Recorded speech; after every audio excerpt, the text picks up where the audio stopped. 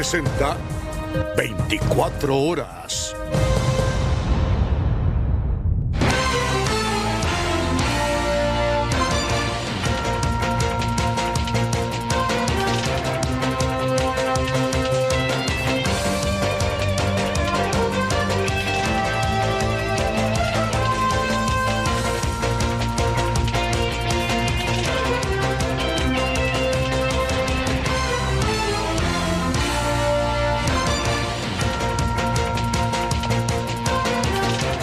Buenas tardes, ¿cómo están? Bienvenidos a 24 horas, el noticiero de los paraguayos. Y hoy hablaremos de la llamada narcoagenda. Hoy ya fueron relevados todos los policías cuyos puestos de control aparecen en este documento.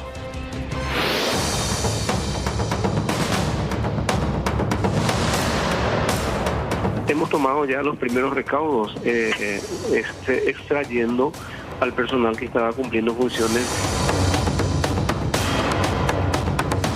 No hemos visto graduaciones, no hemos visto comisarios o subcomisarios. Hemos procedido justamente a retirar y hacer un relevo, de tal manera que Asuntos Internos también pueda trabajar sobre el caso. Otro tema destacado, ley antipolladas. El Congreso debate crear un fondo para asistir a personas víctimas de accidentes.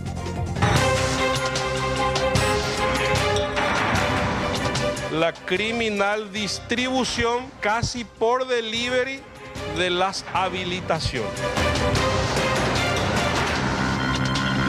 Ese paciente que se podía retirar en 48 o 72 horas se está retirando en un mes. Las multas que ingresan son exiguas. ¿Dónde están las multas? Todos los sistemas están esquematizados para la corona. Con la inversión en tecnología, en la fiscalización del tráfico, el paraguayo se va a portar bien también en el Paraguay.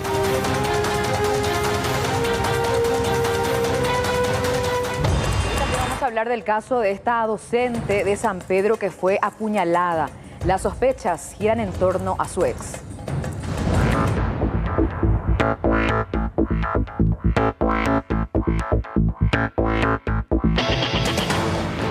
La paciente Nilda Pérez, las 7:30 de la mañana, ha ingresado al servicio de urgencias por una herida de arma blanca a nivel del abdomen y actualmente ella está estable. Su pronóstico sigue siendo reservado. Fueron 4 perforaciones, fue solamente una herida, pero esa misma herida fue 4 perforaciones a nivel intestinal.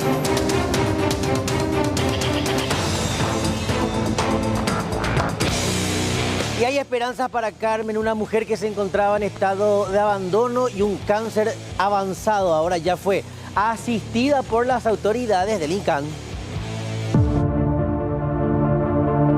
Y hay muchas personas que nos llamó, colaboró.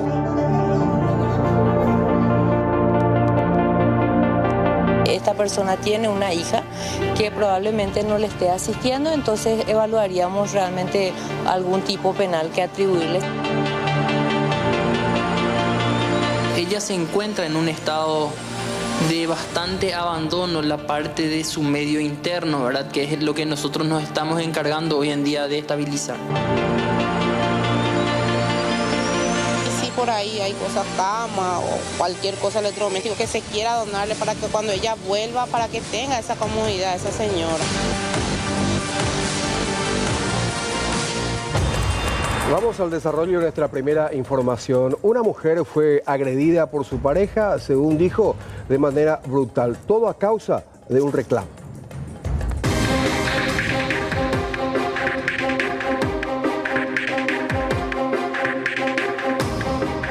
Ustedes vieron este terrible momento, imágenes de circuito cerrado, donde un hombre agrede de manera brutal a su pareja por reclamarle que estaba mensajeando con otra mujer. Me metió una trompada, me pegó, me pateó, me insultó, de todo. Mi hijo estaba presente, se traumó todo, lloró, la vecina vino a ayudarnos.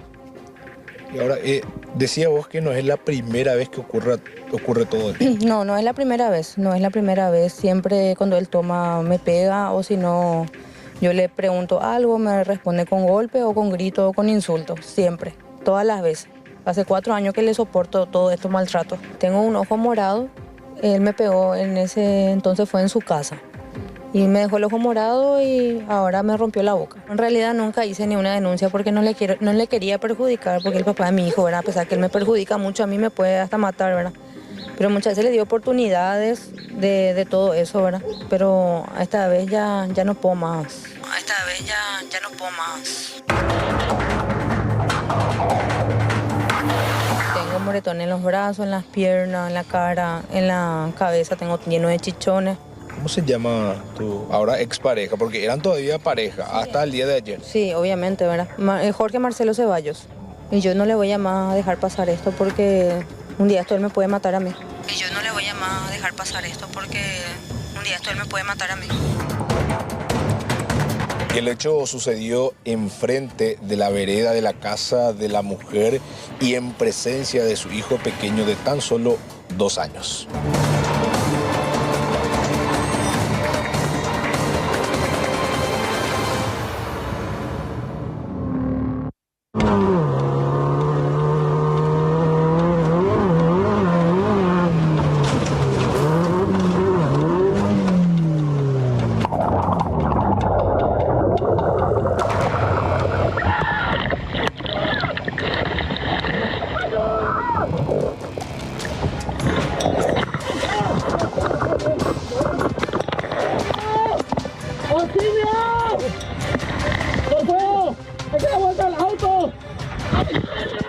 Bueno, terrible este accidente y enseguida todos los detalles acerca de este caso.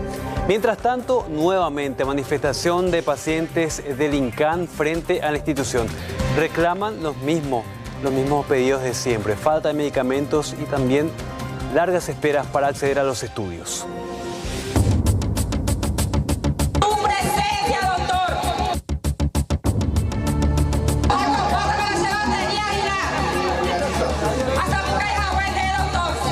Los pacientes del Instituto del Cáncer nuevamente se manifestaron este lunes para, entre otros puntos, reclamar la decisión del director Raúl Doria de desmantelar un equipo de braquiterapia, un tipo de radioterapia que trata los tumores puntuales. El argumento para tomar la decisión fue que el equipo ya no estaba operativo desde hacía años y la existencia de otros métodos más eficaces. En este momento, el equipo que es de cobalto, que tiene fuente de cobalto, está en funcionamiento. Con ese equipo se hace tratamiento única y exclusivamente para cáncer ginecológico.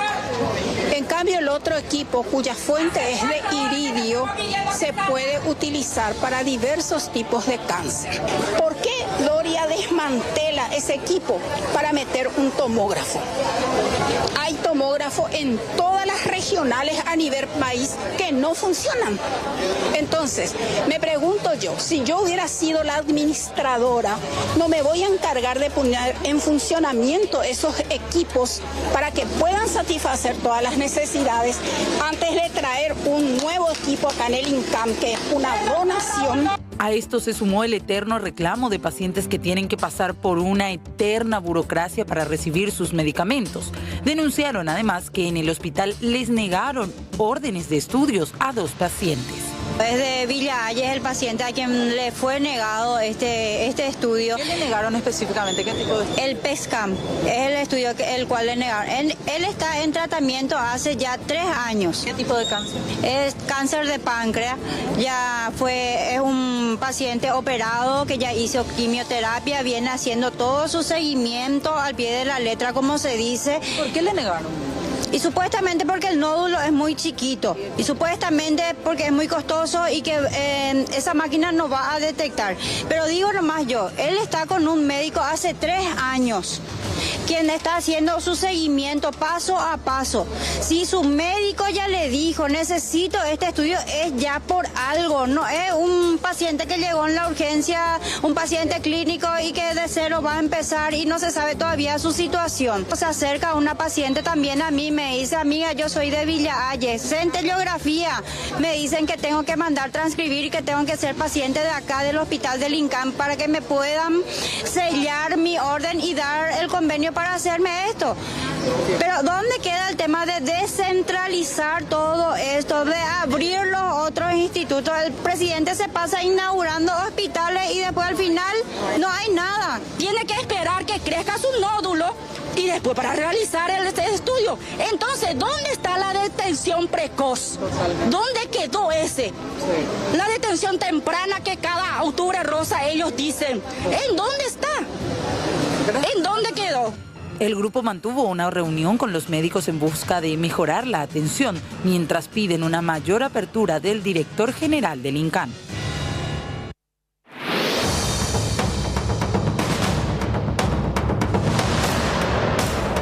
Hemos tomado ya los primeros recaudos, extrayendo al personal que estaba cumpliendo funciones. No hemos visto graduaciones, no hemos visto comisarios o subcomisarios. Hemos procedido justamente a retirar y hacer un relevo de tal manera que Asuntos Internos también pueda trabajar sobre el caso.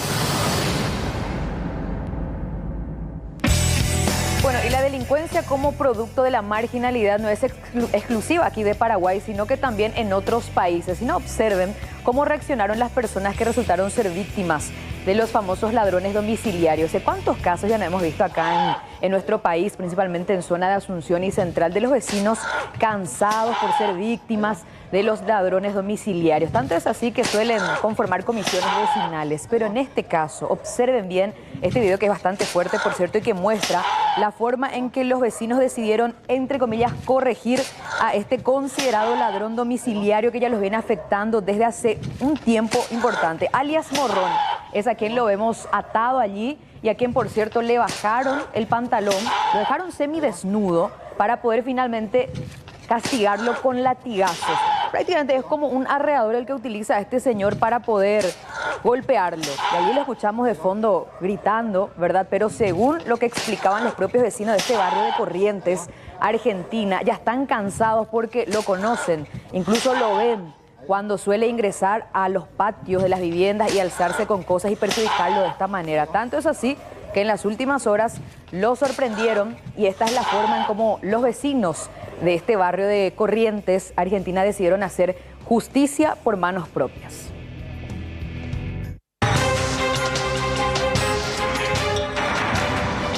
La criminal distribución casi por delivery de las habilitaciones. Ese paciente que se podía retirar en 48, 72 horas se está retirando en un mes. Las multas que ingresan son exiguas. ¿Dónde están las multas? Todos los sistemas están esquematizados para la corona. Con la inversión en tecnología, en la fiscalización del tráfico, el paraguayo se va a portar bien también en el Paraguay.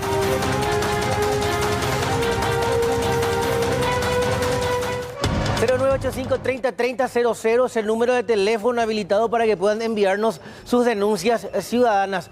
Fin de semana de locura nuevamente en el fútbol del interior, en el fútbol de Central, mejor dicho. Pero bueno, muchas veces ese partido de barrio, en lugares un poco alejados de nuestro centro, de cualquiera fuera de la ciudad, y en este caso de Luque, termina lamentablemente en esto. Cada fin de semana, cada domingo se reportan turbios incidentes entre hinchas de fútbol, ¿sí? De ligas internas. Es el torneo de ciudades que después hace que clasifiquen para otras ligas más importantes. ¿Qué pasó? Nuevamente diferencias entre hinchas de un club con otro, todo comenzó como siempre en la cancha, estaban disconformes con el arbitraje y a partir de allí comenzó una verdadera trifulca que ameritó la intervención de la Policía Nacional, fuerzas antimotines, en este caso fuerzas especializadas de la FOPE. ¿Qué quiere decir esto? Que evidentemente ya se sabía que era un partido muy picante, de alto riesgo, de mucha calentura emocional, como se dice en este tipo de casos, y aplicando una frase futbolera, finalmente derivó en esto, en episodios de mucha violencia, disparos de balines de goma, y este es el testimonio y el relato de uno de los afectados. Fíjense que algunos inclusive terminan en el hospital, momento de la sutura de las heridas, sutura de heridas producidas por los disparos y así también por objetos contundentes que iban arrojando los otros hinchas entre sí. Escuchemos.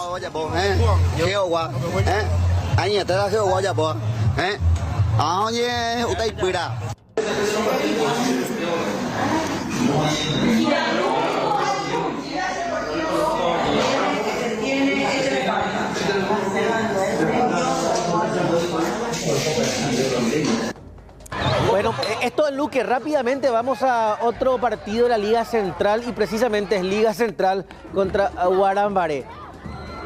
Tremendo episodio, bochornoso por cierto, sin más preámbulos, sin mucho que decir. Prácticamente todos los calificativos aplicados a la anterior crónica, nuevamente podemos repetirlos acá. Hinchas inadaptados. ¿Qué pasa con las familias que quieren ir a ver un lindo partido de barrio el fin de semana y se encuentran con esto? Realmente pasan por situaciones traumáticas también. Hay niños, hay familias enteras que no van con la intención de violencia. Sin embargo, reciben violencia visual, escuchan agresiones y terminan, lamentablemente, lejos de ver fútbol, viendo reales batallas campales.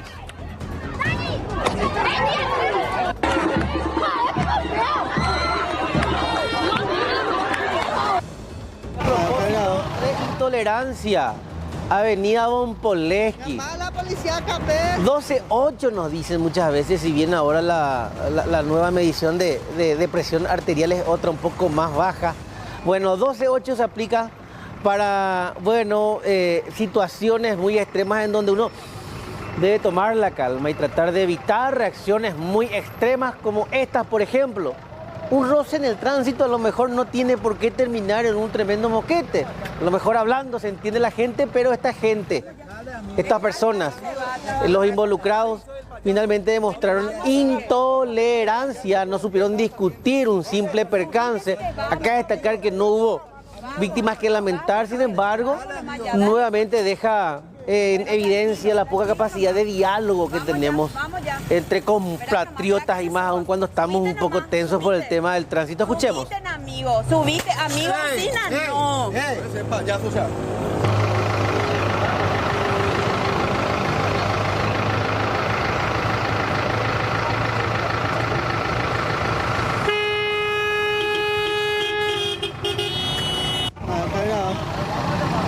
Mañana es otro día, tomar un respiro y evitar este tipo de situaciones. No hace tanto calor. Acá siempre vamos a apelar al diálogo, a instar a que la gente trate de dirimir sus diferencias hablando y no precisamente con violencia. 85-30-30-00 es el número del WhatsApp habilitado para las crónicas, las denuncias ciudadanas.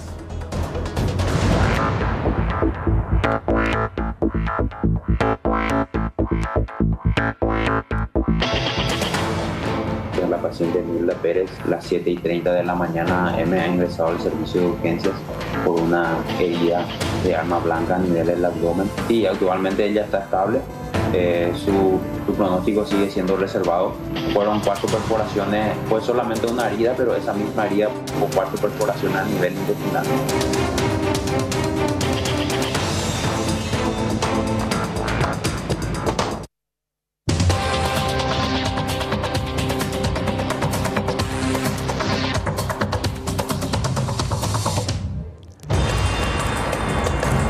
Vamos a un contacto con exteriores. ¿Qué está pasando en el microcentro capitalino, Jorge? Bueno, a esta hora tráfico interrumpido sobre la calle Cerro Corá, casi Estados Unidos, donde como pueden ver hay varios grupos de bomberos voluntarios trabajando para poder sofocar un incendio que inició en este edificio Paya, a un costado nada más. Es más, está pegado a un conocido hotel céntrico de la capital y es por ello que están trabajando arduamente para que esto no se expanda hasta ese sector del conocido edificio. Vamos a hablar con uno de los bomberos. ¿Qué tal? En vivo para Canal 9 con relación a los trabajos que están realizando. ¿Qué es lo que han encontrado? ¿Qué es lo que pasó finalmente? Bueno, tuvimos una denuncia de verificación de un incendio en un departamento. Al llegar en el lugar encontramos ya bastante llama, mucha temperatura. Se procedió al ataque con personal de bomberos de K3, de Sajonia. Y bueno, hasta ahora hay un sector que se controló, pero la parte de la cocina es lo que falta. Se está haciendo remoción. Tenemos agua, por suerte todavía. Y lo que hay es mucho humo y bajar un poco la temperatura que hay en el departamento. Ya se hizo la evacuación correspondiente también del edificio. ¿Cuántos departamentos afectados? Solamente sería uno, sería un departamento nada más. Sería la parte del cuarto piso. ¿Edificios colindantes en riesgo?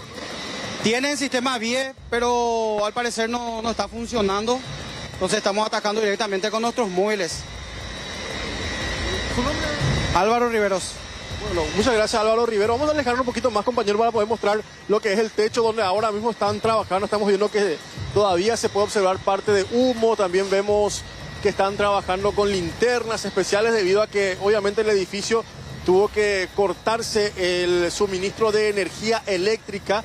Y vemos allí en la punta, ya en el edificio de arriba, mejor dicho, en el piso de arriba de este edificio, que están trabajando los bomberos para poder sofocar las llamas que bueno, iniciaron hace cuestión de media hora aproximadamente y están tratando de sofocarlas por completo. Por lo menos en parte nos decían, ya el fuego ha sido controlado, pero no así en un sector de la cocina, donde todavía están trabajando los bomberos para poder sofocar las llamas. Jorge, te dijo el voluntario que el sistema de contraincendios estaba inactivo, el edificio. Así es, cuenta con el sistema, pero aparentemente está con algún tipo de desperfecto o desactivado. Repetimos también el tema del tráfico a esta hora. Recordemos que la calle Cerro Corá es la calle por la que circula la mayor cantidad de colectivos a esta hora. Así que me imagino que muchos van a estar llegando un poquito más tarde, avisándonos también de esta manera a los familiares y también a los amigos, obviamente, de los que trabajan por esta zona. Vemos allí que están nuevamente derramando agua. Ahí se puede observar, compañero, arriba, si se puede mostrar nuevamente cómo están trabajando con las mangueras, con el agua, obviamente, para poder sofocar las llamas a esta hora de la tarde-noche en este importante sector del microcentro histórico de la capital de nuestro país. Incendio en un edificio Paya, a un costado pegado a un hotel entre, estamos sobre Cerro Corá y Estados Unidos. La otra calle donde está ahora mismo el tráfico cortado es Tacuarí. Cerro Corá y Tacuarí es la intersección donde están los agentes de la Policía Nacional realizando los desvíos pertinentes. Bueno, Jorge, quedamos muy atentos entonces, porque ya te decía el voluntario que en un sector ya fue controlado, que en otro sector están haciendo remoción y un ataque definitivo para controlar este incendio ahí en ese edificio. Cuarto piso, dijiste. Es un edificio de 4 pisos nada más, ¿no? Así es. Sí, es el último piso. Como pueden ver, allí es el piso más alto, el más elevado, es donde están trabajando ahora mismo los bomberos. Bueno, perfecto. Gracias, Jorge. Muy amable. Hasta luego.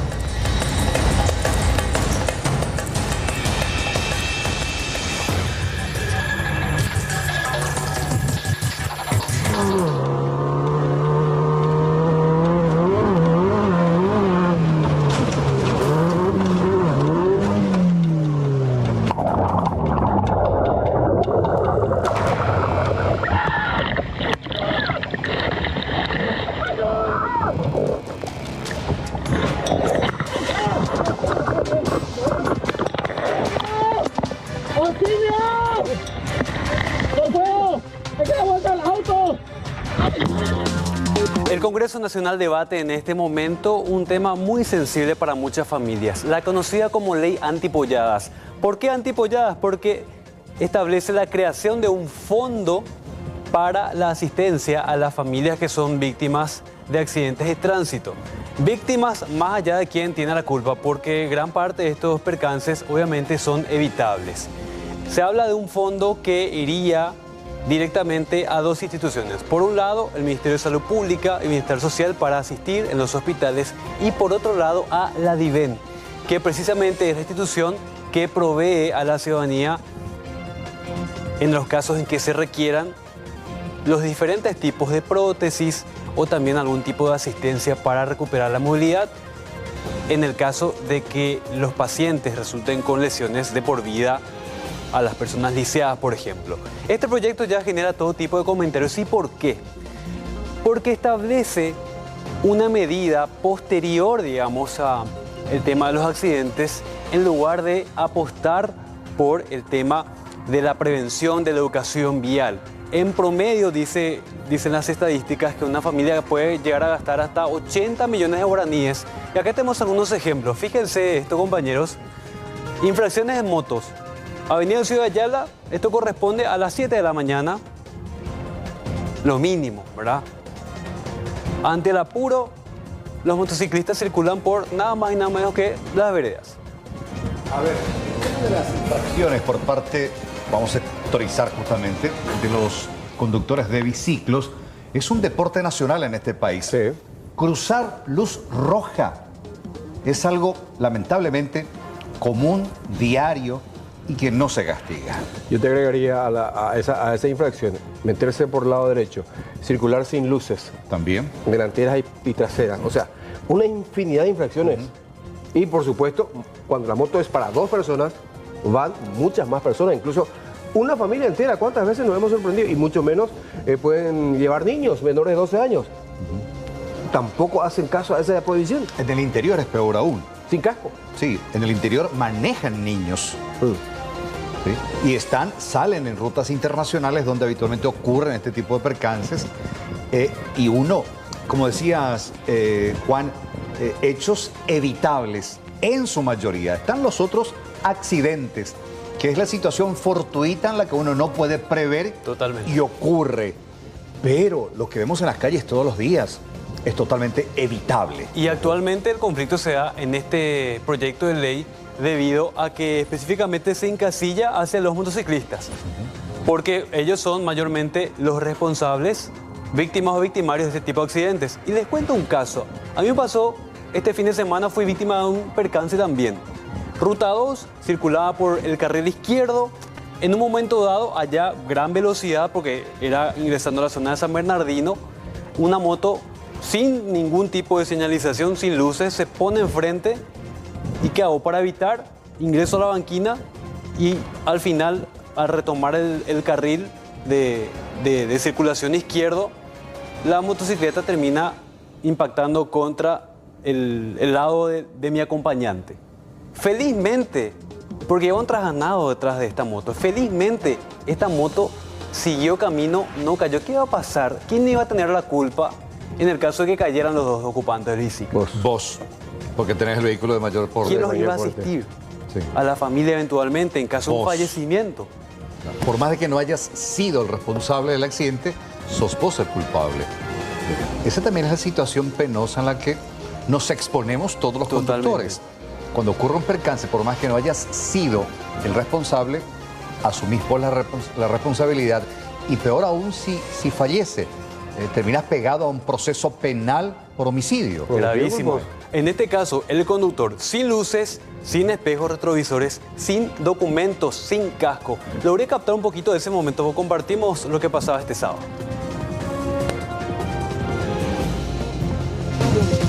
Amigo, mira, acá rayaste el auto, salió sin mirar.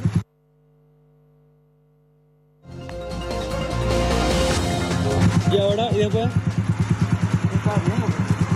Bueno, ¿yo cómo voy a justificar a la policía cuando me preguntan quién me chocó? Yo te prendí el tiradero. ¿Y dónde está tu espejo retrovisor para ver quién venía atrás de vos? No, estoy hablando. No me voy a oír. Estoy hablando bien. ¿Y para qué acelerar? Yo. Amigo.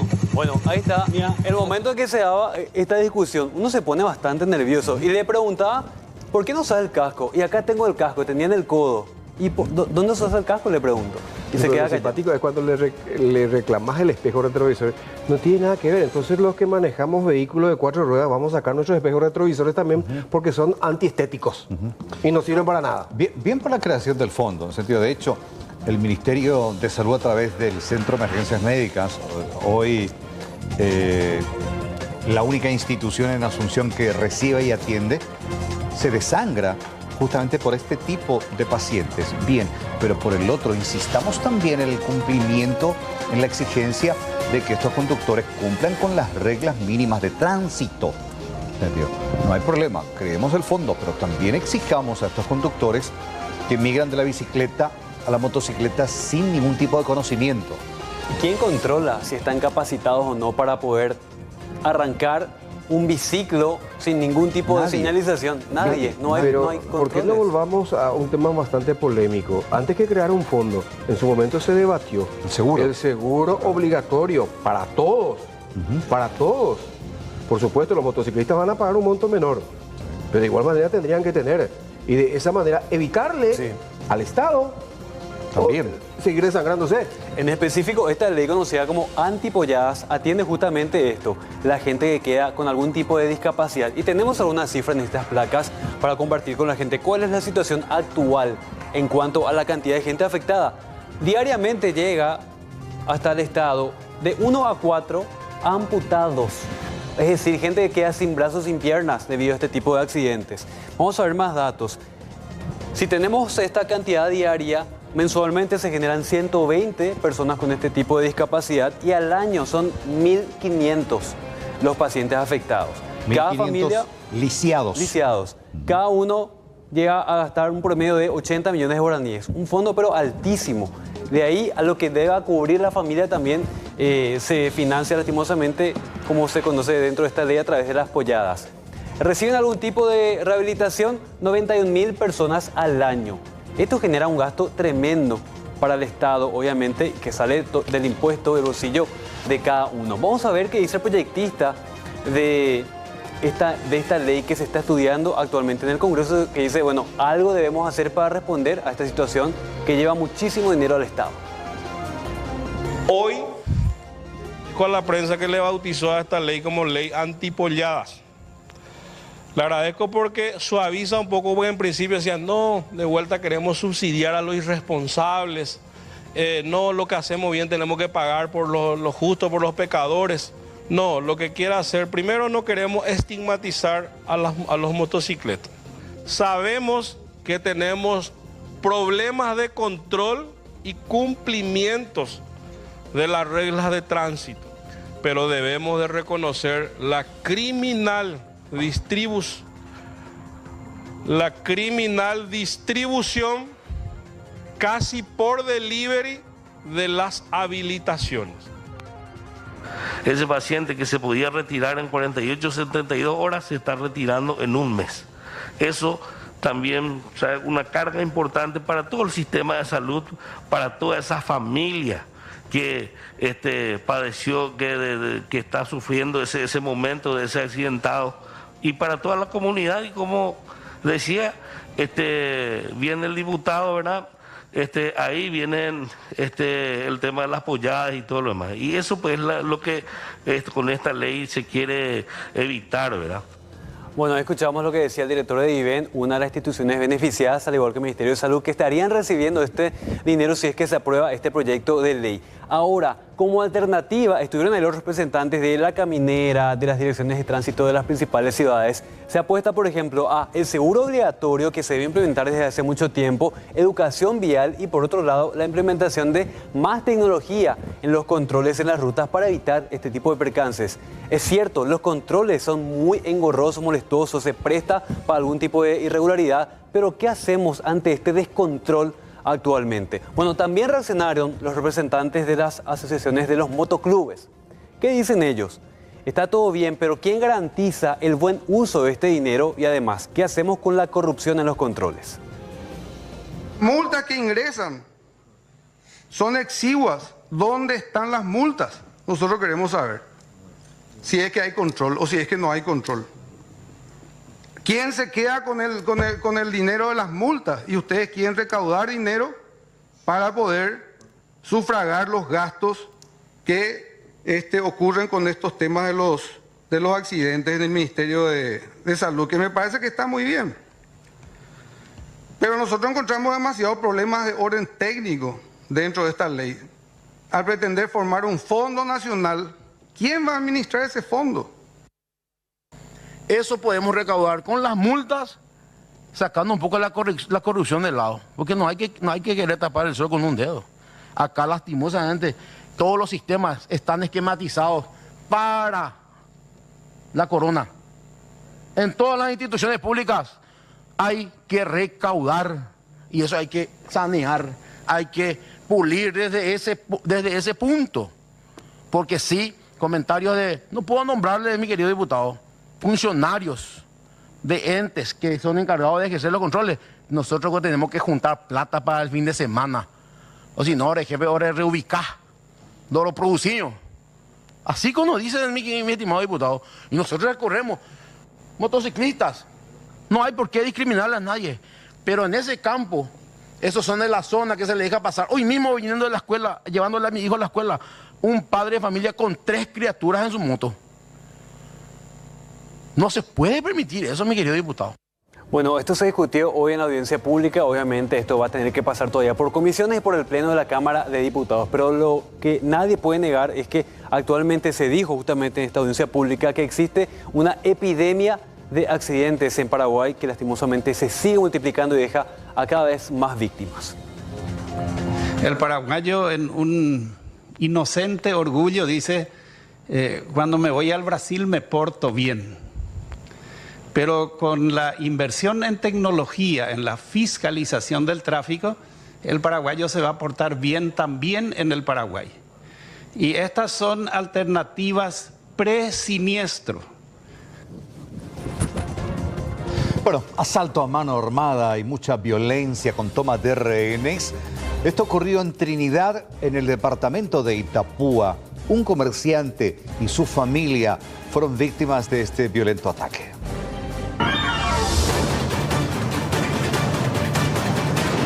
Este es el vehículo que utilizaron los 4 delincuentes quienes llegaron hasta esta vivienda de Trinidad. En ese mismo portón estaba saliendo la víctima, quien fue tomada de rehén. Le obligaron a irse unas cuadras de esta vivienda hasta un supermercado que es de la familia y ahí entregaron la recaudación del fin de semana. Posteriormente obligaron al comerciante a abordar su propia camioneta. El mismo fue tomado de rehén y fue llevado y abandonado en la zona de Bellavista.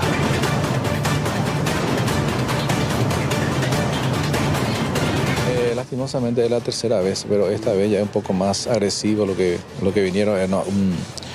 Un asalto tipo comando es prácticamente lo que pasó, ¿verdad? Yo me disponía a salir acá, a ir a mi trabajo y me interceptaron acá en el portón. Y ya en ese momento me pidió que entremos en la casa y entramos en la casa y nos agarró como rehén a mí, a mi hijo y a mi señora. Entonces desde ahí querían la plata. Y bueno, yo le dije que no tenemos plata acá y no, pues la plata nos apretó ahí. Y después ya se volvió un poco agresivo, entonces yo le dije para ver y negociar con ellos, yo le voy a dar la plata ya del local comercial. Yo le bajé la recaudación el fin de semana y ahí ya empezamos a huir, yo con ellos. Ahí ya te llevaron como rehén o como garantía para que ellos se puedan escapar. Exactamente, así mismo es, como garantía. ¿Cómo fue ese momento? Y bueno, ya te imaginarás, gracias a Dios lo tomé un poco con calma, ¿verdad? En todo momento no reaccioné, no hice nada porque era muy fea esa experiencia, pero gracias a Dios no pasó a nada, ¿verdad? Un momento porque le tenía a mi familia boca abajo, a mi hijo más chico, diciéndome que cualquier cosa que pasa, que salga un policía que no detenga, que mi hijo iba a morir o que me iban a matar a mí, ¿verdad? Entonces traté de negociar con ellos que no hay problema, que yo le voy a entregar todo lo que hay y con tal que no nos hagan nada. El automóvil que utilizaron los delincuentes se robó en la zona de Casas Paz. En el interior encontraron este uniforme camuflado y otras evidencias que están siendo analizadas por los investigadores. Y él dijo, Laura, abrí la puerta. Cuando yo me levanté ya derribaron la puerta ellos. Y ahí nos tuvieron boca abajo a todos. Y después, como no encontraron el dinero, dijo que le iban a llevar a mi hijo pequeño. Y él dijo, su papá dijo, yo me voy con ustedes, pero a él no, le dijo. El uno dijo, no llores, mi niño, le dijo, no te va a pasar nada, le dijo el uno. El otro dijo, sí, que nos iban a matar todos. Pero el otro no, le dijo, a él le calmó a mi hijo. Yo le abracé, me quedé abrazado con él, ellos apuntándonos y le llevaron a su papá. Sí, eso es lo que pasó. Hasta eso es lo que le puedo decir. De regreso a su casa, ya personal policial del departamento de Itapúa se abocó a la búsqueda, se realizaron el operativo Cerrojo, se cerraron todos los puntos y la comisaría de Pirapó fue el que detectó el vehículo en un momento dado y abrió fuego contra estos delincuentes, a la cual obligó a esta gente a abandonarle a la víctima. Los autores huyeron hacia la zona de San Pedro del Paraná y de momento no fueron identificados. Es la tercera vez que los integrantes de esta familia sufren de un hecho de inseguridad y por ende tanto ellos como también los miembros de esta comunidad piden mayor seguridad a los miembros de la Policía Nacional. Y en Presidente Franco investigan el asesinato de una joven de 22 años que trabajaba en un bar. Esto ocurrió en la noche del sábado último y precisamente ella se retiraba de su lugar de trabajo ya con destino a su departamento cuando ocurrió el hecho. Ella fue interceptada en plena avenida Miguel Medina. Ahí estamos viendo algunas de las imágenes que ya tiene en su poder la Fiscalía, así como también el Departamento de Investigaciones, la Policía Nacional, para poder aclarar este crimen.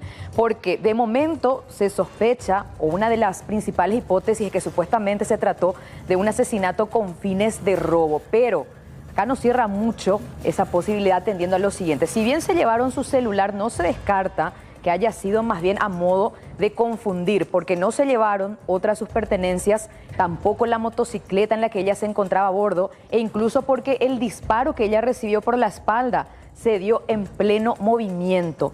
Y surge además otras versiones importantes por parte de testigos que llegaron a mencionar que escucharon discusiones, entre otras cosas más, que se habían dado de manera previa. ¿Qué es lo que hay por detrás de esta muerte? Es la pregunta que surge. Acá estamos viendo otro ángulo de las imágenes de Circuito Cerrado, ya un poco más cercanas. Ahí se puede ver cuánto se tomaron su tiempo los criminales, acabando con la vida de esta joven de un balazo por la espalda y llevándose el celular que está siendo rastreado. Vamos a escuchar precisamente lo que decían los testigos, que son brasileños, acerca de lo que vieron y escucharon. Nós só escutamos barulho, eu escutei barulho, né, que aconteceu, e aí eu chamei ele foi a pessoa que socorreu ela na hora, no final aí. Nós estamos até conversando, mas depois que eu escutei barulho, parecia briga de casal, mas continuei deitado no sofá. Aí a hora que eu senti alguma coisa assim, negócio meio estranho, que eu saí aqui, que eu vi fora que estava o bombeiro, aí ela estava ali caída, ele estava caído, deitado do outro lado, que ele ficou chocado. E ela estava deitada na beira. Intentei, pero todavia ele não consegui e ele vino a óbito. ¿Qué vieron en ese momento? ¿Escucharon que pasó una motocicleta? Não, eu passei depois e eu não vi que esta moto e que lo que passou eu não vi. Decían estas dos personas que escucharon gritos, ya posteriormente el disparo, trataron de auxiliar a la joven, pero lastimosamente ya nada se pudo hacer porque ella prácticamente termina perdiendo la vida allí en el sitio. Posteriormente ya vemos el procedimiento por parte de criminalística, levantando indicios del lugar. Veíamos cómo quedó también allí la motocicleta al costado de la avenida, en el mismo sitio donde ella fue baleada y de donde se llevaron su teléfono celular. No se sabe si el teléfono era el objetivo, pero existen ciertas versiones que la Fiscalía está analizando, así como también otros elementos. De momento hablamos de la muerte de esta joven de 22 años. Salía de su lugar de trabajo Lorena Beatriz Ríos Benítez, de 22 años. Explicaba a la abuela que justo estaba hablando por teléfono con su pareja cuando ocurrió el crimen. La última vez se fue ya por 8 días, petit domingo. 8 días no la esa agua supe José andaba que hoy pero hizo vieja se todo el día hoy no ya supe pero la cuejena y captu mía no supe siempre ir en día sí Ahí sueña, eso es las 9 de la noche. Ahí supe mamá va a poder hacer eso. Pero la. Oye, porque tú que llegó a para el trabajo ahora. Barbe es un babo. Barbe. Siempre hoy, siempre a hora. Sí, siempre hoy. Bueno, vamos hasta la zona de J. Augusto Saldívar, un barrio que queda aislado, sí, por un problema de comunicación vial específicamente. ¿Y cuál es el problema que se presenta en este sector?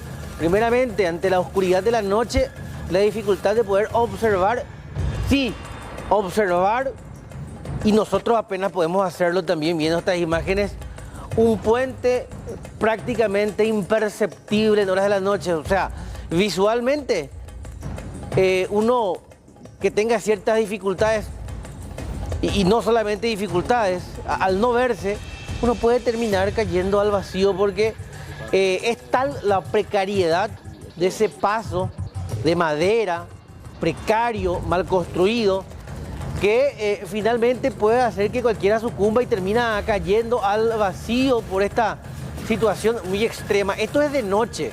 Ante el peligro, cientos de personas deben pasar a diario por ese pequeño paso que ya está a punto de caer. O sea, acá no solamente existe el riesgo de que al no tener pasamanos la gente pierda el equilibrio y caiga. Acá también está el peligro de que eso se convierta en una verdadera trampa mortal.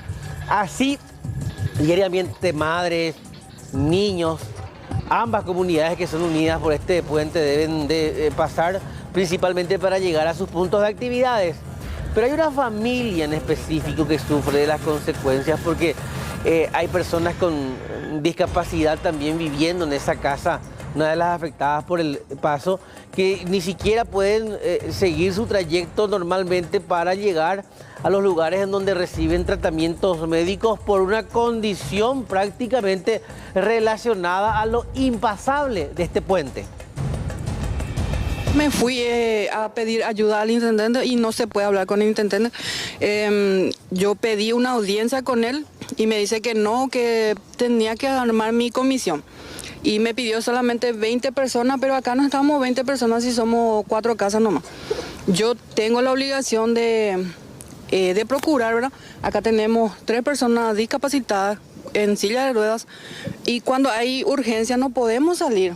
Yo, por ejemplo, cuando mi mamá tuvo su accidente vascular, vino la ambulancia, vino bombero, todo eso, y acá ¿cómo podemos transitar? No se puede. Yo le para colocarte un puente de 4 metros te piden que crees primero una comisión vecinal. Así es, una comisión, tengo que pedir el sello, tengo que pedir una legalización a la escribana. ¿Y para qué si yo puedo pagar eso? ¿Para qué? Entonces yo misma nomás no armo mi puente, si eso cuesta dinero. Entonces yo no podía, entonces dejé nomás. Quería procurar, pero ¿cómo yo voy a procurar si acá tenemos varios enfermos, tenemos criaturas? Yo, por ejemplo, no trabajo. No es la primera ni será la última vez que se encuentren anotaciones en las que se mencionen a policías o antidrogas recibiendo pagos de dinero para la libre circulación de estupefacientes por todo el país. Este fin de semana, personal de la Fuerza de Tarea Conjunta se enfrentó a tiros en la zona de Britescue a los ocupantes de 2 camionetas que evitaron precisamente los controles. Una de las camionetas pudo fugarse, luego los delincuentes la incendiaron, pero el conductor del segundo vehículo fue herido y terminó entregándose. Tenemos la fotografía incluso del detenido. Se trata de Sergio Ramón González Rodríguez. Tiene 30 años de edad. Este es el detenido. En uno de los habitáculos, los intervinientes encontraron una agenda. Ahí cayó una pistola de los ocupantes de estos vehículos. Decíamos, encontraron una agenda y en algunas hojas se mencionan gastos que realizan quienes serían los operadores logísticos de la organización dedicada al tráfico de drogas. Y decíamos, operadores logísticos. Esta es la primera hoja. Esto sería los gastos que hace Milciades. Hay un sinnúmero de gastos. Pago de personal, compra de alimentos, pago por provisión de esto, de aquello. Y encontramos DEBOA, Departamento de Bosques, la policía, 2 millones de guaraníes. Grupo Especial de Operaciones y INTE, suponemos inteligencia, 5 millones de guaraníes, narcóticos, 2 millones de guaraníes. Está en la hoja que le pertenece a Milciades. Después aparece un tal Barba, otro. Un gasto en Camarembé. Esto en zona de San Pedro, 10.000 dice. No sabemos si es 10 millones, 10.000 o 10.000 dólares probablemente. Bueno, sigamos. Después encontramos Senat, 7.500.000. En Curuguatí, 25.000. En dólares probablemente. Y después dice 4.400 Chara. Cuenta tuya. Deuda antigua, deuda vieja. A alguien Barba le debe y tiene que honrar el compromiso. Senat, 5.000. 5.000 dólares probablemente. Crimen. Podría ser crimen organizado. 2.000 dólares. Y después van a ver ustedes todo en portugués, una tercera hoja. Y aquí ya hablan de 2 millones de inteligencia, 1 millón policía Britescue, 5 millones pago personal, 1 millón policía Ubirarobana. Y precisamente el comandante de la Policía Nacional, el comisario Carlos Benítez, decía que no puede poner en dudas, tampoco puede desacreditar este hallazgo, pero decía que para evitar suspicacias ya resolvió en el día de hoy remover, trasladar a todos aquellos policías que aparecen en estos puntos de control y figuran en estos departamentos en la zona norte del país, por sobre todo en Canindeyú, para que finalmente el Departamento de Asuntos Internos pueda realizar un trabajo objetivo.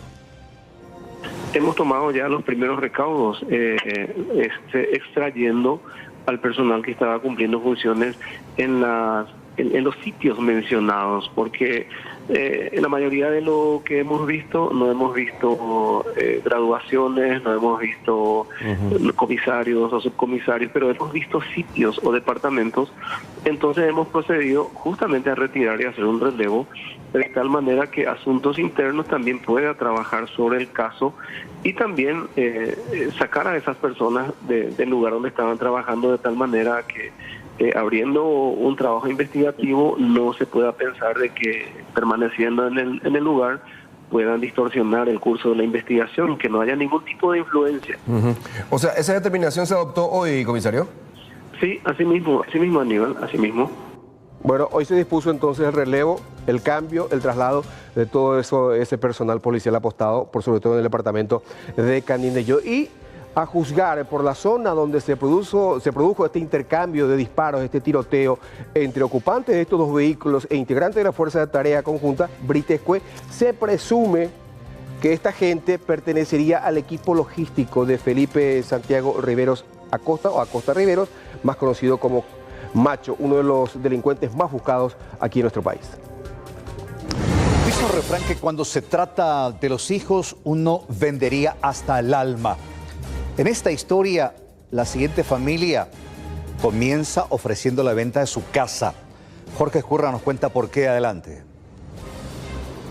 Es así mismo, Carlos, y bueno, ¿hasta dónde llega ese amor paternal hacia sus hijos? Es lo que hoy nos demuestra esta familia de la zona de Edelira, Itapúa.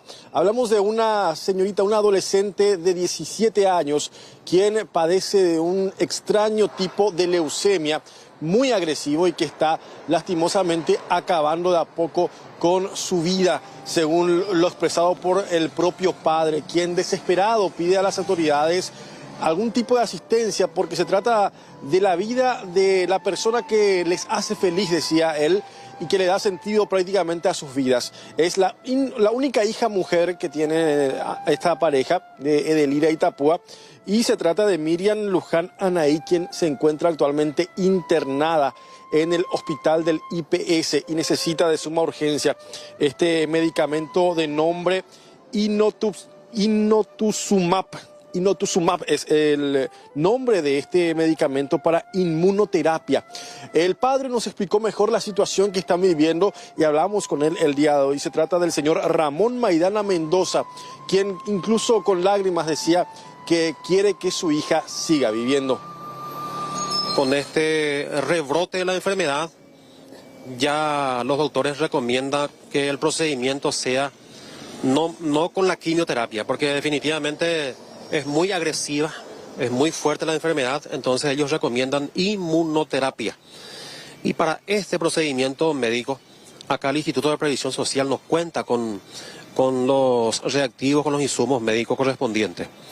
Y por lo tanto, usted como padre, yo y todos, verá, para salvar la vida de nuestros hijos, tenemos que hacer lo que idóneamente posible esté a nuestro alcance. Llegamos hasta la Defensoría Pública en un amparo judicial para que el Ministerio de Salud pueda ayudarnos a adquirir este medicamento que se llama Inotuzumab. No se encuentra en nuestro país. El Ministerio de Salud ya dictaminó que no se cuenta en esto ni en los registros, ¿verdad?, del ministerio, entonces está en el exterior. Y el costo del medicamento es altísimo.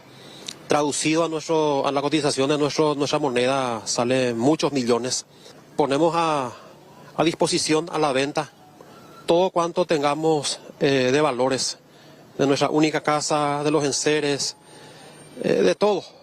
Somos personas trabajadoras, sacrificadas, vivimos el día a día, pero por salvar a nuestros hijos, a nuestra hija en este caso, somos capaces de hacer esto y mucho más.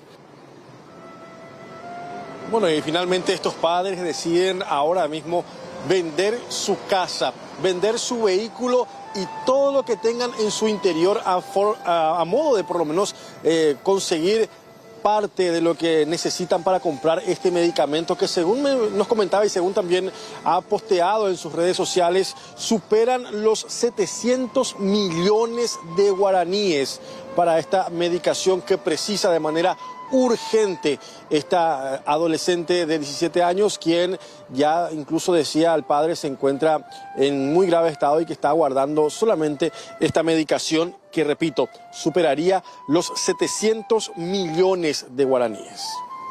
Bueno, tremenda esta historia. De hecho, su instinto paternal hace que tome esta determinación de vender lo que tenga con tal de poder recuperar la salud de su hija. Es entendible. Y también tengo entendido que están viendo la posibilidad, tanto IPS como Salud Pública, hoy se referían a algunas autoridades, la ministra Barán, precisamente sobre este tema.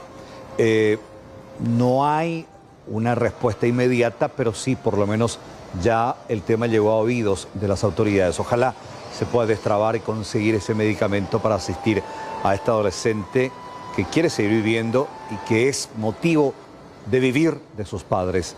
Gracias, Curra, gracias por este contacto. Hasta luego.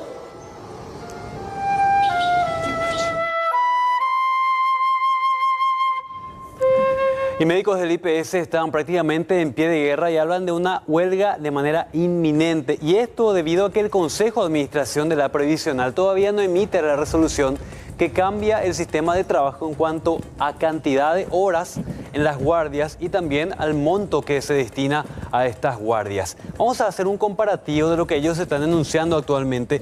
¿Cuánto paga Salud Pública y cuánto recibe el IPS? Salud Pública paga 5.500.000 por guardia de 12 horas a su personal médico. En contrapartida, lo que paga el IPS es por 24 horas 3.800.000 guaraníes. Esa diferencia es la que ellos están reclamando, por sobre todo en cuanto a mejorar la cantidad de horas de guardia y obviamente la paga desde el Instituto de Previsión Social.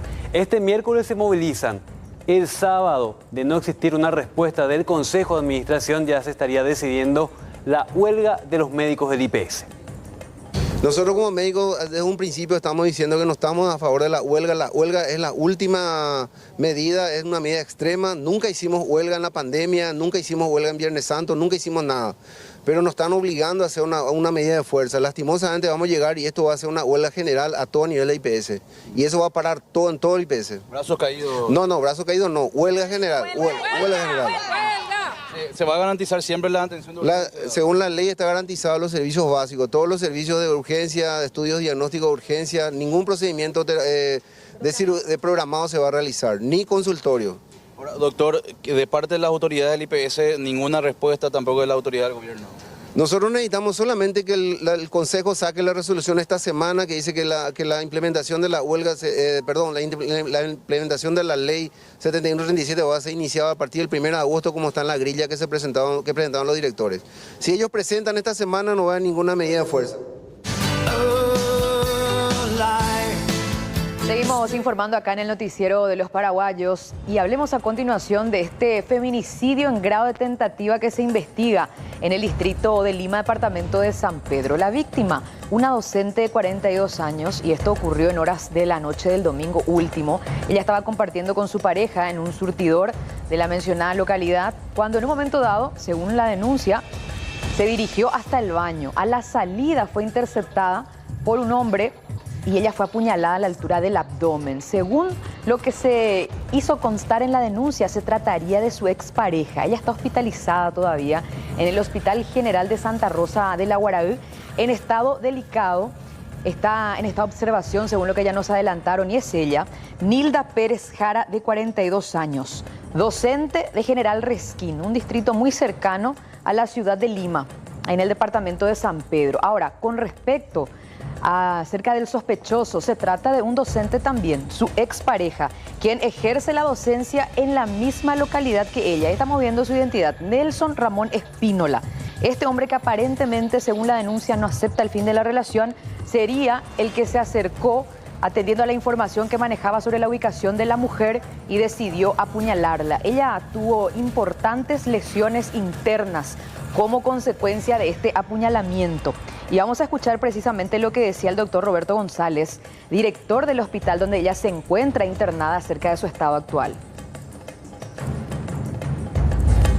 Las 7:30 de la mañana, me ha ingresado al servicio de urgencias por una herida de arma blanca a nivel del abdomen, con lo cual fue recibida por el cirujano de guardia y ya prontamente fue atendida y derivada a la zona de quirófano para su intervención, ya que presentaba lesión abdominal por dicha arma, ¿verdad? Y actualmente ella está estable. Su pronóstico sigue siendo reservado, ya que debemos ver cuáles son las evoluciones, ya que según el informe médico que recibí de parte del cirujano, tuvo perforación a nivel de asas intestinales. Fueron 4 perforaciones, fue solamente una herida, pero esa misma herida provocó 4 perforaciones a nivel intestinal. Vamos hasta el Alto Paraná para contactar con Luis Gavilán. Luis, contanos esta triste historia. Un hombre falleció en pleno hospital esperando atención. Hola Aníbal, un saludo especial para vos, los compañeros y nuestros televidentes. Efectivamente, esa es la denuncia planteada por familiares y amigos del joven Víctor Fariña, 35 años, que falleció hoy en el hospital de traumas. En síntesis, habría fallecido esperando una cama en ese nosocomio que es referencia aquí en el Alto Paraná. El joven padecía de una enfermedad grave, en este caso cáncer, y seguía un tratamiento en Itagua y también aquí en Ciudad del Este. En las últimas horas se sintió muy mal, acudió al hospital donde no consiguió cama y terminó perdiendo la vida en una silla en los pasillos de este nosocomio, según la denuncia. Estamos justamente con uno de los amigos. Aquí de fondo ustedes van a ver la casa donde residía junto a su familia el joven Fariña. Él deja 3 hijos menores huérfanos.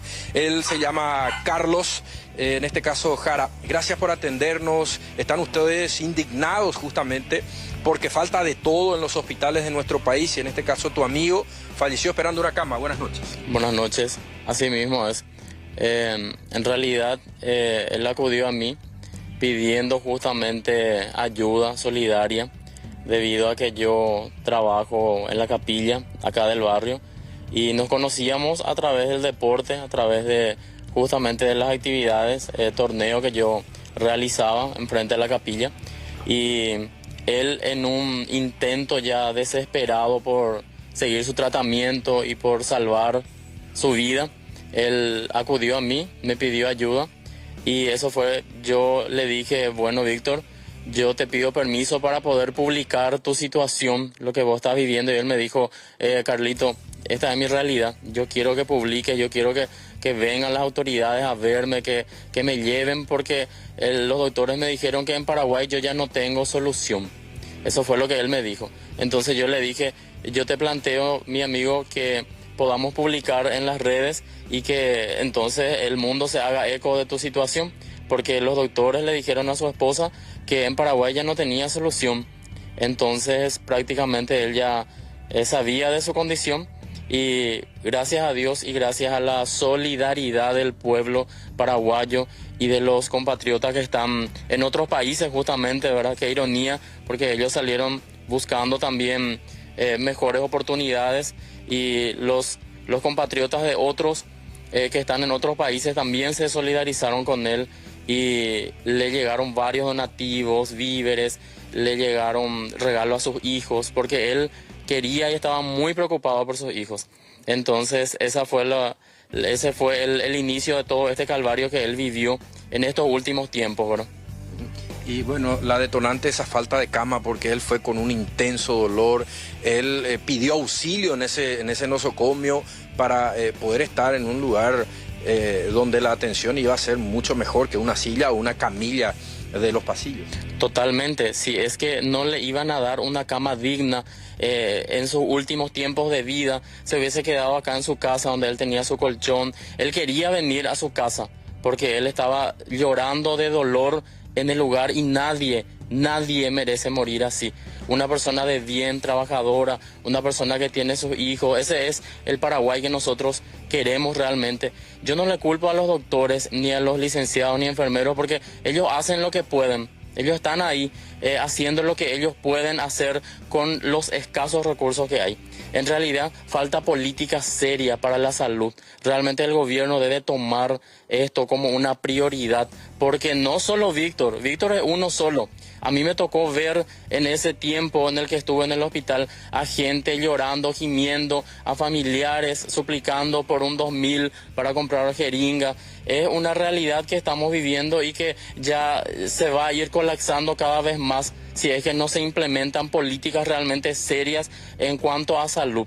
Y lo peor es que no es solo salud, está la educación, seguridad, está todo un desastre. Decime, Carlos, ¿cuánto tiempo él estuvo así, prácticamente mendigando por una cama, esta última vez donde ya se dio su deceso? En realidad, él se fue el viernes a la noche, le internaron el viernes y él falleció el domingo. Estuvo prácticamente 2 días él internado en una camilla, y porque ya no aguantaba de dolor, sus familiares le bajaron en una silla para intentar ponerle algún colchón o algo. Y todos estamos muy indignados realmente por la forma en la que él falleció. No merecía, nadie merece morir así, en un país donde hay recursos, pero no son bien administrados. En un país serio, ningún padre de familia, ningún ser humano puede morir de esa forma. Eso es lo que nosotros más sentimos realmente. ¿Cómo es posible que en nuestro país pueda morir un ser humano como un perro prácticamente malherido, llorando, gimiendo de dolor, y que no le conmueva a las autoridades? Nosotros realmente lo que pedimos, y yo en especial en representación de sus familiares y amigos y vecinos de la comunidad, nosotros pedimos realmente políticas de gobierno serias, concretas, que puedan reestructurar la salud que está matando a nuestros compatriotas, y que muchos que tienen un poco más de recursos buscan la salud en otros países aledaños y vecinos. Y eso no puede ser, no puede ser. Realmente estamos conmovidos con la situación de Víctor por la forma en la que él se fue.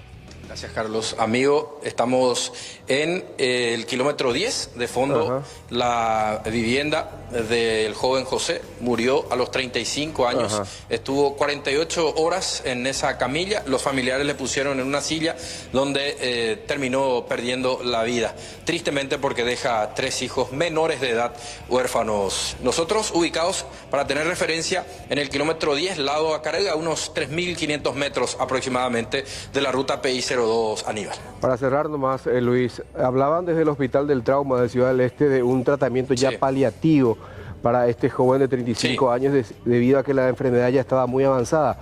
Pero precisamente tratamiento paliativo no simplemente representa, por ejemplo, la aplicación de días, sueros, sino también por lo menos una cama donde el enfermo se sienta relativamente cómodo para sobrellevar ese intenso dolor del momento, ¿verdad?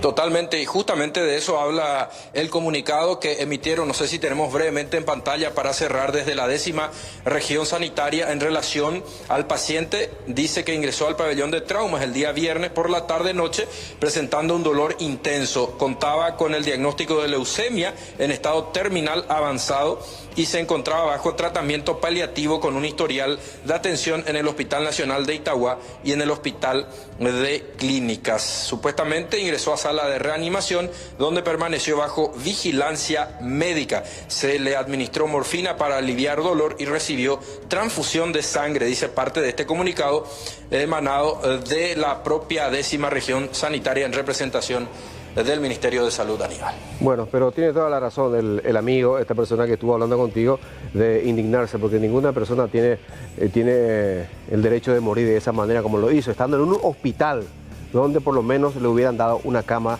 para que pudiera soportar ese intenso lo que le provocaba esta enfermedad. Muchas gracias, Luis. Correcto, imagínense, hospital referencia del departamento del Alto Paraná, una potencia económica, carece de camas suficientes para tratar a los enfermos. Un abrazo, Aníbal. Sí, señora, hasta luego. Bueno, rápidamente les quiero mostrar esto que pasaba en un circuito interno de Misiones automovilístico. Por cierto, momentos de terror sufrieron dos personas, piloto y copiloto respectivamente, cuando participaban de este evento. Pero fíjense, primeramente, en esta primera parte de la secuencia, la velocidad y cómo se producía el accidente.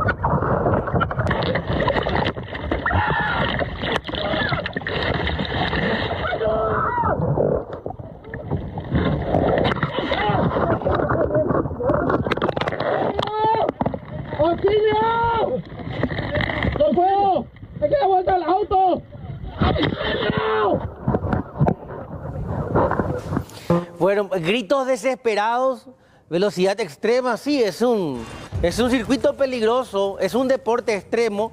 La práctica en ese tramo es habitual, es frecuente. Estamos hablando de todo un campeonato nacional.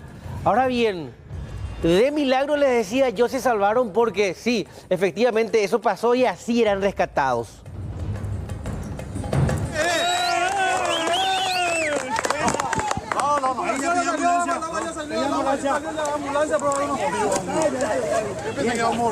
No, fuerza, papá, fuerza. Más fuerte. La ambulancia, tranquilo sea. Bueno, recibiendo primeramente la asistencia de la gente, del público, del team que soporta todo ese equipo de conductores de vehículos extremos, llamaban a la calma, les decía al copiloto una persona, al piloto y al copiloto, ya está llegando la ambulancia. Esto fue milagroso y afortunadamente ni siquiera sufrieron lesiones de consideración, salvo ese traumático momento de haber estado sumergidos bajo agua hasta que finalmente la gente los rescató de ese sitio en la zona de Misiones específicamente. Ahí ya era el momento después del milagro de haber sobrevivido a este terrible accidente de tránsito. Vamos ahora hasta la zona de Pedro Juan Caballero, momentos de terror, pero esta vez durante una balacera se vivieron en pleno centro de esta localidad. Esto se vivía el sábado cuando llegaba un sicario con la intención de matar al propietario de esa bodega. De hecho, vemos el momento en el que ingresa al local, realiza los disparos y en un momento, si bien logra herir a la víctima, se le traba el arma de fuego. ¿Y qué es lo que pasaba? Eso dio motivo a que otra gente reaccione y terminaran matando al sicario. Desafortunadamente, se reportó posteriormente el fallecimiento de la víctima. Pero tenemos el momento en el cual el delincuente era rematado, porque ya estaba en ese momento el herido ensangrentado, hasta que posteriormente en esa escena se escuchan 2 tiros de gracia.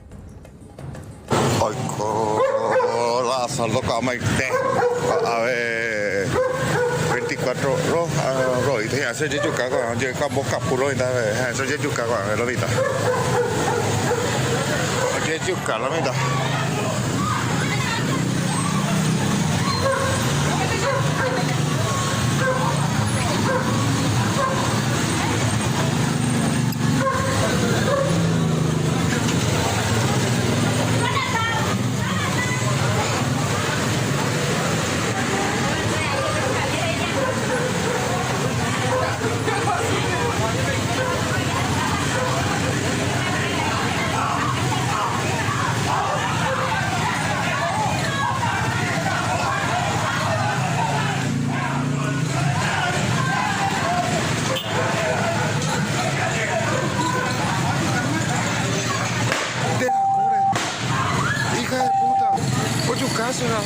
Le metió 2 tiros más. De esta roba. De esta, a ver, le metió 2 tiros más. Tipo será. Le acaba de matar ahí. A continuación vamos a hablar de este importante operativo Wirau, lo denominaron los intervinientes. Desde tempranas horas empezó a ejecutarse cuando este importante contingente policial llegaba hasta la cárcel regional del departamento de San Pedro. Decenas, decíamos, de policías fueron desplegados para allanar la prisión, en especial la celda de 5 hombres liderados por el brasileño Charles Arthur David Martínez Câmara. Vamos a las siguientes imágenes. Este hombre, Charles, es conocido como el hombre de las 1000 voces. Y enseguida les explicamos por qué lo denominan de esta manera. ¿Qué hacían estos criminales? Fíjense en todos los elementos que encontraron, lo que pudieron sacar de las celdas de estos hombres. ¿Qué es lo que hacían estos criminales? En el mundo tecnológico lo denominan spoofing. Llevado al castellano, al español, se llama suplantación de identidad. Todo esto fue denunciado por una empresa de telefonía celular que se vio muy perjudicado. ¿Y quiénes son los comprometidos, los 5? Aquí está, Charles Martínez, alias el hombre de las 1000 voces. No lo confundan con nuestro querido Carlitos Vera, bajo ningún sentido. Germán Leguizamón, otro de los implicados, y después vamos a ver a los otros 3 de este grupo, que hay que decirlo, tenían muy buen pasar en la cárcel de San Pedro. Alcides González, Sergio Núñez y Derlis Ruiz Díaz. Vamos a mostrarles la siguiente placa. A ver, ¿cuántas identidades suplantaron? Esta, por ejemplo, esta cédula. Fíjense, todas con la misma fotografía. Todas, pero por supuesto con distintos datos. Y en eso consiste la suplantación de identidad. Cuando uno extravía su cédula, evidentemente alguien lo encuentra, desafortunadamente caen en poder de delincuentes, y estos delincuentes proveían a este grupo. ¿Y qué es lo que hacían? Insertaban la fotografía de algún integrante del grupo para la lectura biométrica a la hora de habilitar lo que conocemos una billetera electrónica o una billetera telefónica. Y si es necesario, modificaban los datos de la persona. Pero vayamos a la placa para saber cuántas identidades suplantaron. Están hablando las autoridades de 700 identidades suplantadas. 107 celulares utilizaron para este trabajo. Y 200 chips dieron de baja. Vamos a escuchar lo que decía tanto la fiscal interviniente como el comisario Diosnel Alarcón.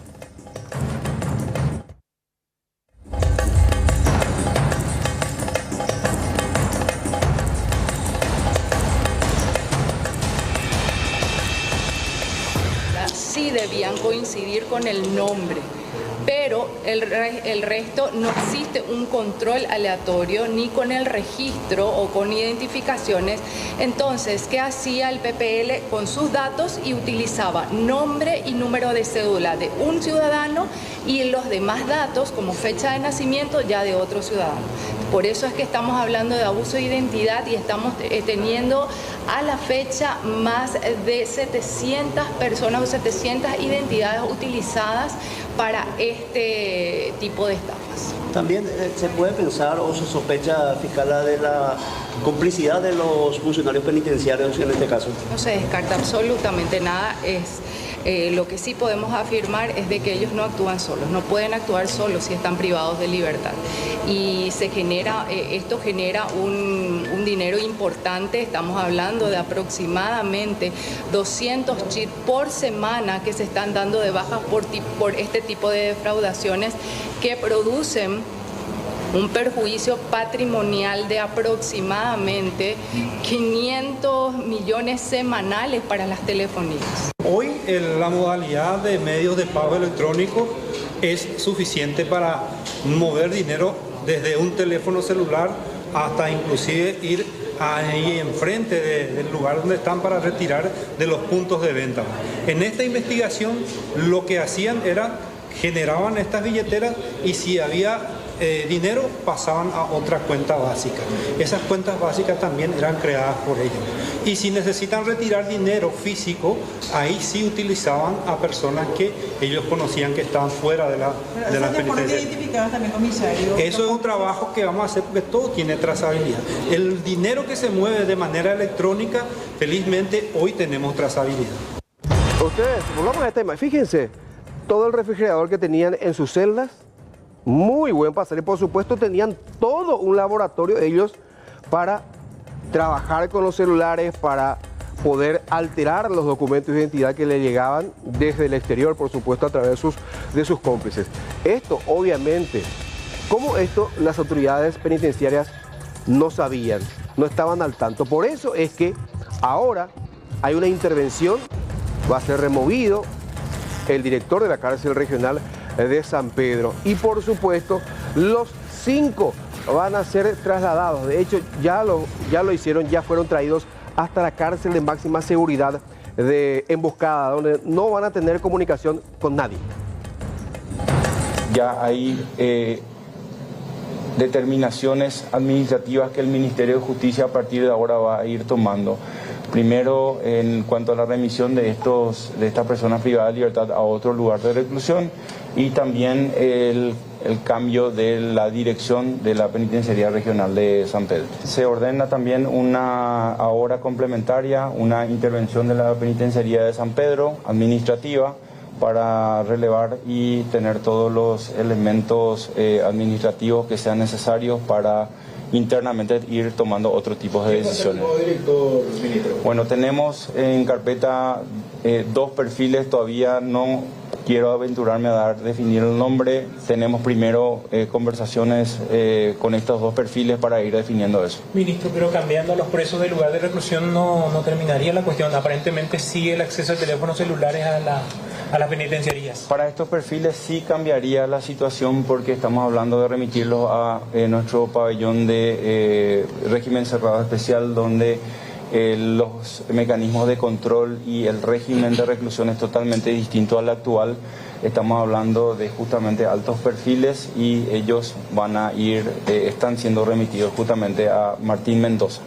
En pocas semanas, 1.500 millones de guaraníes, suplantando al menos 700 identidades y por supuesto generando un enorme perjuicio para esta empresa telefónica. Pero conozcamos más a este hombre de las 1000 voces, Charles Arturo David Martínez Cámara. Desde el 2011 que él viene con estas prácticas. Él estuvo en el 2011 recluido en la cárcel de Tacumbú. Según esta placa que hemos preparado, estas imágenes corresponden a aquel momento cuando fue detenido en el 2011. Cárcel de Tacumbú realizaba amenazas de secuestro a numerosos empresarios, muy conocidos empresarios en aquel entonces. Después, en el 2021, lo encontramos en la cárcel de Itapúa. De su celda incautaron celulares Varios celulares, por supuesto, para seguir con las extorsiones, con las estafas. De ahí donde pasó a la cárcel de Concepción, donde seguía con las estafas electrónicas, hasta que finalmente en el 2024 ya estaba en la cárcel de San Pedro. Y desde allí estafó a numerosas personas y pudo recaudar unos 1.500 millones de guaraníes.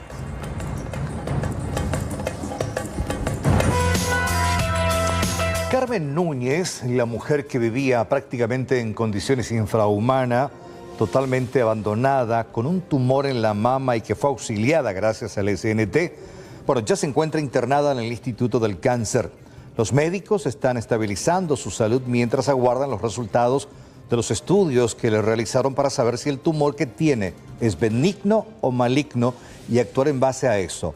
Esto ya se encontraba en estas condiciones totalmente desnutrida y deshidratada, abandonada. Esto nos decía el doctor Rodrigo Alfonso.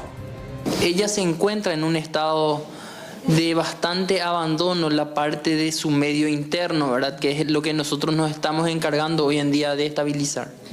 Ella tenía una inflamación también a la par del dolor que sentía en la mama izquierda, una inflamación en todo el brazo izquierdo también, doctor. ¿Eso se puede saber por qué es? Sí, lo que conlleva una enfermedad de mama izquierda, sabemos que los linfáticos que se encuentran en la axila son los que la mama drena ahí la linfa, entonces eso dificulta la recirculación de la sangre de todo ese miembro superior izquierdo, por eso es que se encuentra inflamado todo lo que es el brazo izquierdo. Esperemos que con el tratamiento y el transcurso de los días eso mejore, ¿verdad? Porque eso no solo genera molestias a la vista, sino también genera dolor.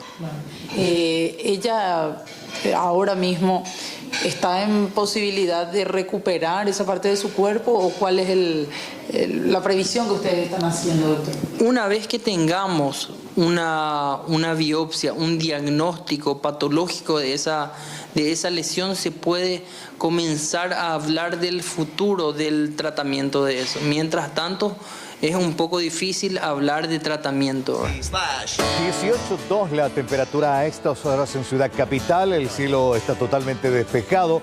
La sensación térmica es la misma. La humedad del 92%, visibilidad 9.6 kilómetros, vientos a 4 kilómetros por hora del sector sur.